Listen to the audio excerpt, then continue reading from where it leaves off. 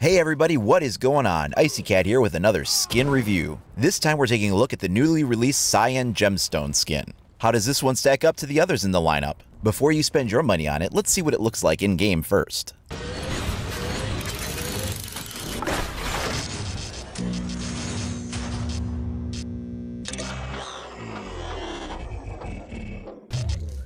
Okay, so let's get started. CYAN is the newest in the gemstone lineup. It's a very light blue in color, and it's the second shade of blue that we have in the gemstone series, the first one being cobalt, which was a much deeper blue and even had some sort of purple colors sort of woven into the reflection that it gave off. But this one is a very light blue in color. In fact, it is fairly similar to the current GSG9 ice pattern. I'll put these two side by side so you can get a good idea of what those look like in comparison to one another. As you can see, the hue of the color is pretty similar. However, with CYAN, you're getting more of a metallic appearance. It's more shiny, more reflective. Also, the ice pattern has areas where it's left black. You can see it on the accessory rail, and you can also see it on the iron sights, as well as a few other places on the weapon. And CYAN just sort of wraps the pattern over every piece of the weapon entirely. I have to say, I actually like that ice retains some of those black pieces. It will give a little bit of breakup and definition to the skin, and I kind of prefer that better. Ice even looks more similar because it has some of the triangle shapes in its pattern, which is part of the flat two-dimensional texture,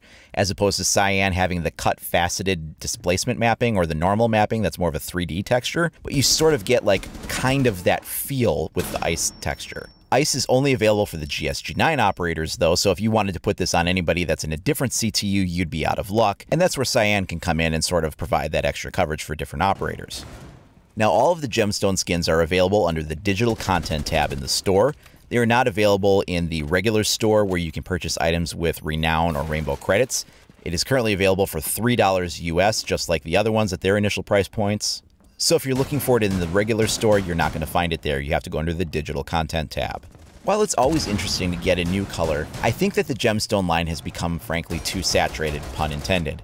Coming out with the new color of the week, or it's actually been more like every 2 weeks, is simply not enough. On one hand, the gemstone skins are a good value because for the $3, you can apply one skin to every weapon in your armory, and that's a good value, especially when you compare it to a tier 5 skin, which could run 720 credits and could only apply to a single gun or maybe a couple, but only across the operators that have the same model. So as I said, on one hand, you do have that value. But on the other hand, if you're asking $3 from us, if every 2 weeks all you've done is change the RGB slider on the gemstone to give us a new skin, I mean, that doesn't seem to take a whole lot of effort to do. And frankly, that leaves me a little unimpressed. Furthermore, it's not just simply the color that we're seeing used in this way, it's also the normal mapping that's used for the displacement of the texture. This pattern that allows the gemstone skin to seem like it's, like a cut rock that's been faceted in certain ways and throws off the light in that interesting way, has also been used not only for all of the gemstone skins, but also for the Season 1 Grade 4 camo skin, and also for the black ice skin. Now, they're certainly getting a lot of mileage out of this one normal map, or displacement map, however you want to say it. For the layman, the difference isn't important, and we'll just call it displacement mapping from here out. Now, I don't know about you guys, but if you're asking for me to put up real money for premium content, then I'd like to see a little bit more variety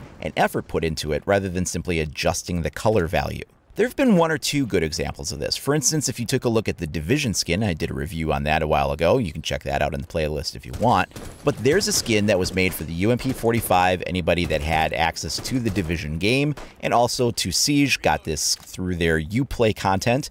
And this was a pretty cool skin. It was custom designed for the weapon. It had a lot of detail in it, some interesting color combinations and pattern combinations. It was something that was unique and different.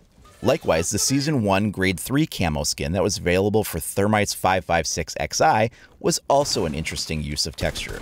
This wasn't simply a pattern that was repeated everywhere else. It was something a little different, it was something unique, and that's the kind of thing I want to see more of. Now, as Season 1 coverage of the Pro League begins to come to a close in a few weeks, we'll see Season 2 begin to roll out. At that time, when we get the new map and the new operators added to the game, we'll also get a whole bunch of new textures.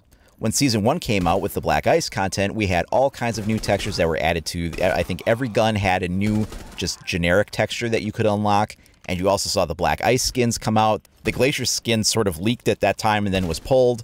You had the JTF2 bundle pack that came out with the Dwyer Hill skins. So in a few weeks here, we're definitely going to be seeing a bunch of new weapon camos, there's no doubt about it. But I really hope they don't just continue to give us more and more offerings of these same old skins over and over, where all they've done is change the color. There's not honestly much of a difference between platinum and gold. These are just color changes. All of the gemstone skins use the exact same displacement mapping, and then they also have just a color variation across them. Some of them might have some subtle reflection qualities that are a little changed or something, but again, that's a value similar to changing the color that's easily adjustable. It's not anything that takes a lot of effort.